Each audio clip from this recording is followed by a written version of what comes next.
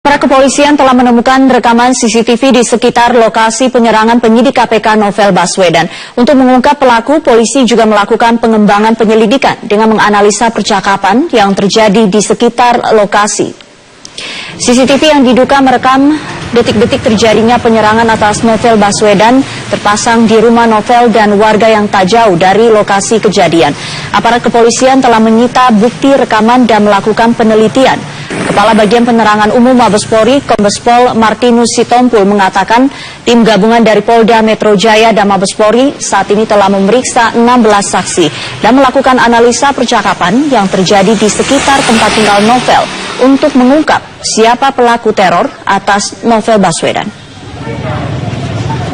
Kami sudah mendapatkan CCTV di rumah Pak Novel yang sudah diserahkan oleh KPK, yang kemudian tentu ini akan kita analisis. Analisis ini membutuhkan waktu karena beberapa informasi terkait peristiwa pada saat itu perlu kita mendapatkan suatu keterangan yang utuh. Jadi kita masih lakukan analisis. Yang berikutnya kita melakukan analisis IT.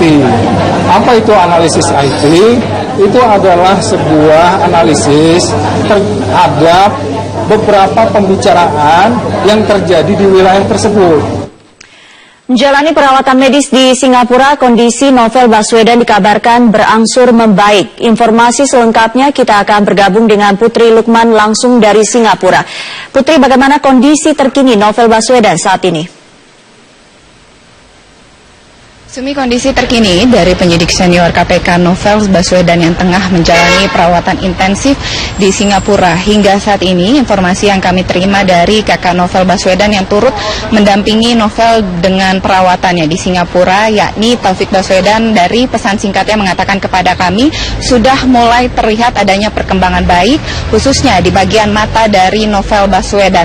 Namun mengenai rencana operasi yang akan dijalani oleh Novel Baswedan masih akan menunggu hasil tes medis yang akan keluar pada Senin mendatang untuk menentukan apakah Novel Baswedan akan menjalani proses operasi atau hanya menjalani langkah medis lainnya atau hanya menjalani perawatan biasa saja. Hingga saat ini masih menunggu hasil tes medis yang sudah dilakukan oleh Novel Baswedan sejak hari pertamanya menjalani perawatan intensif di Singapura. Novel Baswedan yang merupakan korban dari siraman air keras yang terjadi pada Selasa lalu pun ini dirawat oleh tim dokter yang ada di Singapura, dan pengecekan serta pemantauan kondisi dari Novel Baswedan terus dilakukan oleh tim dokter. Ada beberapa termin waktu pengecekan dari tim dokter, biasanya tidak hanya di pagi hari namun juga di siang, sore hingga malam hari pun tim dokter terus mengecek bagaimana kondisi dari Novel Baswedan khususnya di bagian mata yang terkena dari siraman air keras. Apakah ada pengamanan khusus untuk Novel selama dirawat di Singapura? Sumi.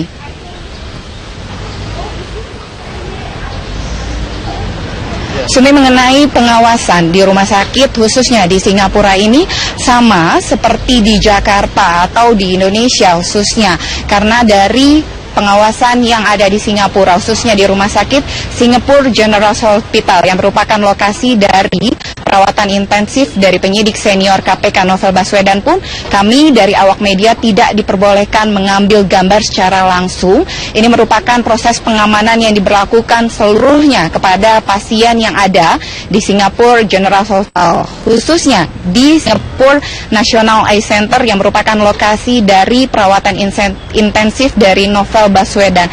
Dari kakak Baswedan atau Novel Baswedan pun, dari Taufik Baswedan, mengatakan dari bagi pasien Novel Baswedan ini pun juga didampingi tidak hanya dari perwakilan keluarga namun juga ada perwakilan penyidik KPK yang turut mendampingi bagaimana perawatan Novel Baswedan di Singapura, dan jumlah yang bisa menjenguk Novel Baswedan secara langsung di Singapura pun jumlahnya dibatasi dan ditentukan oleh pihak Komisi Pemberantasan Korupsi. Sumi. Terima kasih Putri Lukman melaporkan langsung dari Singapura. Presiden Joko Widodo percaya polisi mampu mengungkap pelaku dan dalang teror terhadap penyidik KPK Novel Baswedan. Namun sebagian kalangan mendesak pemerintah membentuk tim investigasi independen karena teror terhadap pegawai maupun pejabat KPK selama ini tidak pernah terungkap. Presiden Joko Widodo belum mempertimbangkan membentuk tim investigasi independen pasca teror penyerangan air keras yang dialami penyidik KPK Novel Baswedan. Presiden meyakini aparat kepolisian mampu mengusut tuntas pelaku dan dalang teror terhadap Novel. Percaya pada Polri, ya. Jadi tidak perlu Presiden. Siapa pelaku penyiraman air keras ke wajah Novel Baswedan sampai saat ini masih gelap. Kepolisian masih meneliti keberadaan pria misterius yang beberapa hari terlihat di sekitar rumah Novel. Memang ada 2 minggu yang lalu beberapa orang yang sempat duduk-duduk di rumahnya saudara Novel, ya, duduk-duduk di sana dengan menguasai. Kita sudah punya fotonya, kita akan kembangkan di sana, ya. Jadi karena memang CCTV pun yang ada di rumah yang bersangkutan tidak bisa melihat secara jelas, karena memang pagi ada motor cepat sekali lewat, namun kita akan terus mengidentifikasi. Mantan Komisioner KPK Bushro Mukoda sebelumnya mendesak Presiden agar membentuk tim investigasi independen, sebab teror terhadap penyidik KPK ternyata tidak hanya dialami oleh Novel Baswedan. Dari situ maka analisis yang diberikan tadi, dua teman kami memperjelas bahwa upaya ini adalah bukan saja obstruction of justice untuk kasus yang sedang ditangani ini, tapi lebih daripada itu memang bandit koruptor itu dominan dengan melakukan tindakan-tindakan terrorizing di lapangan, dan ini sudah kasat mata, maka tidak ada yang lain kecuali Presiden selaku Panglima tertinggi TNI dan Polri perlu segera membentuk tim. Ketika sama dengan Pak SBY dulu membentuk tim 8 dulu, itu dengan SK Presiden. Kita nunggu bersama. Serangan teror kepada penyidik KPK muncul seiring KPK tengah menangani kasus korupsi. Bentuk teror mulai dari ancaman bom hingga ancaman pembunuhan. Meski telah dilaporkan ke kepolisian, pelaku dan otak teror terhadap KPK selama ini tak pernah terungkap. Tim Liputan, Metro TV. Paslon Pilgub Jakarta Ahok Jarot dan Anies Sandi bakal bersaing ketat untuk menangkan Pilkada Jakarta putaran kedua. Hal ini tercermin dari berbagai survei lembaga yang menunjukkan selisih tipis elektabilitas Ahok Jarot dan Anies Sandi. Nah, faktor apa saja yang bisa menjadi kunci kemenangan paslon di tengah persaingan yang ketat ini? Sudah ada bersama kami Direktur Eksekutif Carta Politika, Mas Yunarto Wijaya. Terima kasih sudah bergabung bersama kami, Mas Toto. Mas Toto, kalau kita lihat di sini elektabilitas Ahok cenderung naik, begitu. Grafiknya dari Februari sampai April tuh naiknya cukup drastis 34,3 sampai 43,4, sementara Anies Sandi stagnan begitu. Kenapa dinamika yang terjadi supaya naiknya kok lumayan tinggi sekali di sini? Pertama, ini menunjukkan memang dinamisasi dari perilaku pemilih masyarakat Jakarta luar biasa tinggi. Dulu kita ingat sekali bulan November hampir semua lembaga survei mengatakan Agus nomor 1, tapi dalam waktu 2 bulan saja misalnya Agus langsung melorot di peringkat nomor 3, bahkan di akhir hanya mendapatkan angka sekitar 17%. Dan Ahok sempat mencapai angka terendah 22%, dan kemudian hari H 15 Februari mencapai angka 43%. Artinya memang bisa dikatakan bahkan dalam putaran kedua ini cenderung mungkin mingguan dan mendekati hari H, bisa saja harian kemudian ada perubahan suara. Contoh, ketika kita melihat bagaimana exit polls rata-rata mengatakan simulasi 2 nama pada 15 Februari, Anies unggul sekitar 12-13%. Tapi kemudian dari beberapa lembaga survei, SMRC, hari ini ada indikator, Carta Politika sendiri, tadi ada Median juga, mengatakan selisihnya itu dalam konteks margin of error. 2,5% di Carta Politika Ahok unggul, lalu kemudian di indikator Ahok kalah 0,8%, artinya bisa dikatakan memang berimbang. Jadi potensi neck and neck pada hari H itu sangat mungkin terjadi.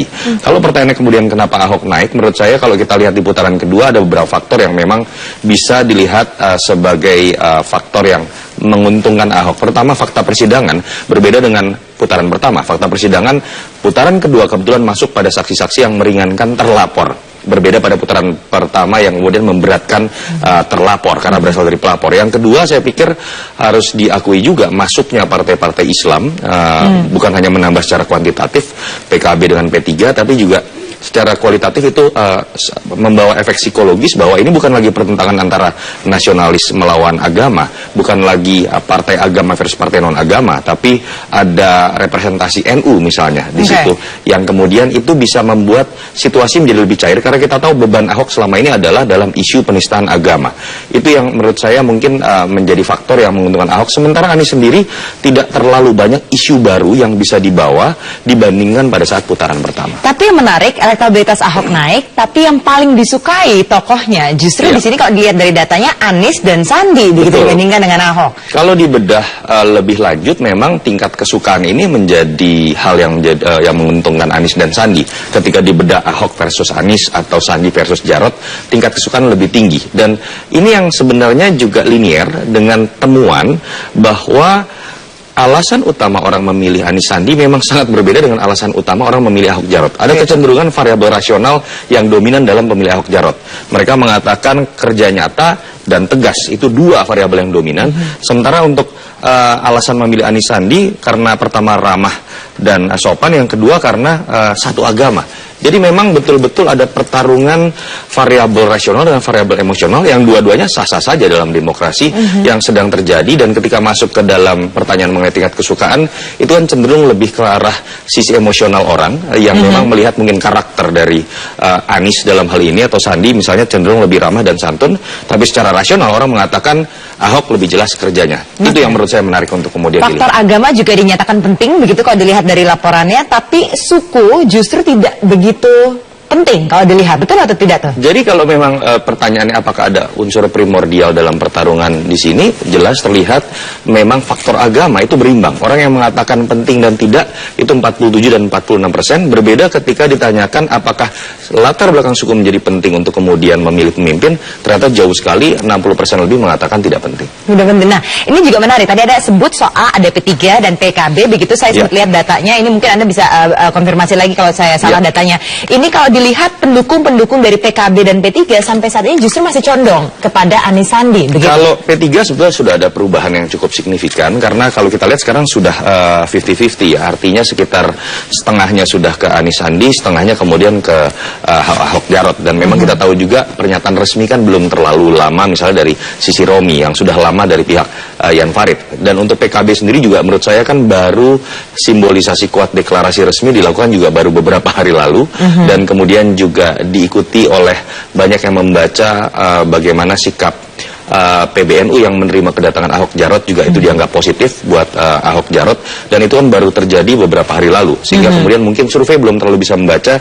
Dibutuhkan waktu untuk memberikan efek domino dari guliran dukungan. Tetapi secara psikologis menurut saya itu mencairkan isu agama. Menurut saya setelah kejadian-kejadian masuknya partai Islam dan kemudian menerimanya PBNU menerima Ahok Jarot, terasa lebih adem dan sejuk. Itu menurut saya minimal yang sudah kita rasakan. Dan kalau terkait dengan dukungan Ahok Jarot, menurut saya memang membutuhkan waktu, dan masih ada sisa waktu 5 hari. Kita tidak tahu seberapa efektif kemudian masuknya dua partai itu bisa berpengaruh, tapi yang jelas memang tren sudah lebih dimiliki oleh Ahok Jarot. Oke, kalau melihat juga soal debat, bukan debat pamungkas dari KPU, tapi justru debat yang ada di Mata Najwa ya. Pada saat itu 27 Maret, di situ menyatakan bahwa memang secara program dan juga jawaban yang memang menjadi disukai itu adalah dari Ahok, begitu. Ya, kalau kita lihat ini linear juga dengan rilis survei dari SMRC. Pertama, saya pikir kita harus apresiasi, hanya disiarkan di salah satu stasiun, di satu stasiun televisi. Ketika kita tanya, 50% mengatakan menonton. Ini tidak kalah dengan ketika kemudian debat KPU resmi. Yang kedua, memang ketika ditanya mana yang Anda anggap lebih unggul dalam debat Ahok dan Anies, tidak ada Sandi dengan Jarot ya saat itu ya, itu mendapatkan angka 58,5 lawan 31,3. Dan menurut saya ini linear dengan kenaikan elektabilitas yang terjadi misalnya pada beberapa minggu terakhir dari sosok Ahok. Ini juga menurut saya kabar baik, karena kalau kita lihat di putaran pertama bagaimana naiknya elektabilitas dari Anies dan Sandi dan juga Ahok dengan Jarot, salah satunya karena performa mereka di debat yang dianggap lebih baik dibanding Agus. Dan menurut saya ada korelasi linear juga ketika kita lihat debat di Mata Najwa kemarin, kemudian dinilai di dalam survei, ternyata berkorelasi linear dengan kenaikan elektabilitas Ahok juga. Walaupun yang saya sayangkan adalah kualitatif. Saya tidak bisa membuktikan, tapi menurut saya melihat debat terakhir dari KPUD, menurut saya anti klimaks. Sangat disayangkan, lebih bisa kita menilai bagaimana penyampaian visi misi dan menggali karakter dari masing-masing kandidat pada saat debat dilakukan di Mata Najwa. Ini ada beberapa survei juga yang masuk dalam waktu bersamaan begitu, dan ini carta politika yang dikatakan mungkin bisa salah satu dari sekian banyak yang Ahok gimana sih unggul begitu, walaupun neck-and-neck gitu ya, neck-to-neck di sini. Ini kenapa berbeda ini dari SMRC, Anies unggul, indikator juga begitu ya. Ini kenapa kok berbeda sendiri? Jadi sebetulnya kalau ditanya yang berbeda secara statistik, pertama kita harus lihat rentang waktu yang sama atau tidak. Jangan sampai ada beredar di WhatsApp group membandingkan lembaga survei yang melakukan survei Januari, Februari dengan apa yang dilakukan pada bulan April. Kalau skala waktunya masih sangat dekat, menurut saya kita bisa bicara mengenai data apple to apple. Yang ada dalam waktu seminggu terakhir, menurut saya pertama SMRC, yang kedua indikator tadi baru rilis juga, Median juga baru rilis, LSI, DNIJA, dan Carta Politika. Dan kalau kita lihat dari 5 lembaga tersebut, sebetulnya 4 lembaga memiliki selisih masih dalam margin of error. Selisih 1% SMRC, 0,8% indikator, Median 2%, Carta Politika 2,5%. Lingkaran survei Indonesia DNIJA yang selisihnya sekitar 8% lebih. Itu menurut saya yang sebetulnya secara statistik berbeda. Kita tidak bisa mengatakan mana yang salah dan mana yang benar. Waktu pada saat nanti 19 April akan membuktikan. Ini juga ada dari indikator politik yang seperti tadi saya katakan, survei tingkat elektabilitas pasangan Ahok Jarot dan Anies Sandi, di mana Anies unggul tipis dan peluang memperebutkan masa mengambang, dan tingkat margin of error membuka kedua paslon ini memiliki peluang menang yang sama. Survei indikator politik Indonesia juga dilaksanakan ini 12 sampai 14 April, hampir sama ya? Hampir sama, indikator lebih baru 3 hari kalau saya lihat. Dan yang menarik sebetulnya adalah bagaimana cara membaca survei adalah membaca trennya. Tidak hanya membaca, kalau ini bisa disimpulkan karena margin of error 4,5%, sehingga kemudian selisih 0,8% itu tidak bisa disimpulkan bahwa ada salah satu kandidat yang unggul secara statistik. Itu poin pertama. Poin kedua sebetulnya kalau bisa dibuka adalah tren elektabilitas. Tadi saya sudah membaca juga indikator terakhir kali melakukan survei adalah pada saat exit poll 15 Februari. Dan yang menarik di situ adalah ada angka Anies 52% dengan Ahok Jarot itu di angka 40%, selisihnya 12%. Artinya ketika kita tarik dalam waktu tidak mencapai 2 bulan, ada angka yang berhasil dicapai oleh Ahok Jarot dari ketertinggalan 12% menjadi berimbang hanya selisih 0,8%. Berarti memang ini sangat fluktuatif sekali. Fluktuatif, tetapi kalau kita baca survei SMRC indikator dengan Carta Politika, sebetulnya ada pola yang sama. Tren Ahok naik, tren Anies cenderung stagnan. Tapi fluktuasi itu sangat mungkin terjadi dengan sisa waktu 5 hari, karena kita tahu dalam Pilkada Jakarta setiap faktor, setiap kesalahan berbicara pun sudah terbukti itu bisa membuat kemudian dinamisasi perilaku pemilih terus bergolak. Walaupun yang tingkat kemantapannya sebenarnya sudah tinggi gitu dari itu yang menarik. Jadi ada 2 faktor yang bisa kemudian digoyang. Pertama, undecided voters. Jadi harus dibedakan. Undecided voters ketika ditanyakan dalam survei, mereka menyatakan belum mau menyatakan pilihan, tidak tahu tidak jawab biasa kita sebutkan. Tapi ada juga yang disebut dengan swing voters. Artinya ketika mereka ditanya, mereka sudah menyatakan pilihan. Tapi ketika ditanya lanjutannya, apakah masih mungkin berubah pilihan Anda? Mereka menyatakan masih. Nah, memang ini tidak mudah karena rata-rata sekarang di semua survei lebih dari 80% dari pemilih sudah menyatakan kami mantap dengan pilihan. Dan yang menarik juga antara Anies dan Ahok itu mereka imbang di antara pemilih di bawah 19 tahun. Betul, ini juga pertarungan yang menarik di putaran kedua, karena kalau kita lihat dalam survei-survei putaran pertama terjadi proses naik turun. Kadang-kadang Anies memenangkan generasi milenial, kadang-kadang Ahok memenangkan generasi milenial.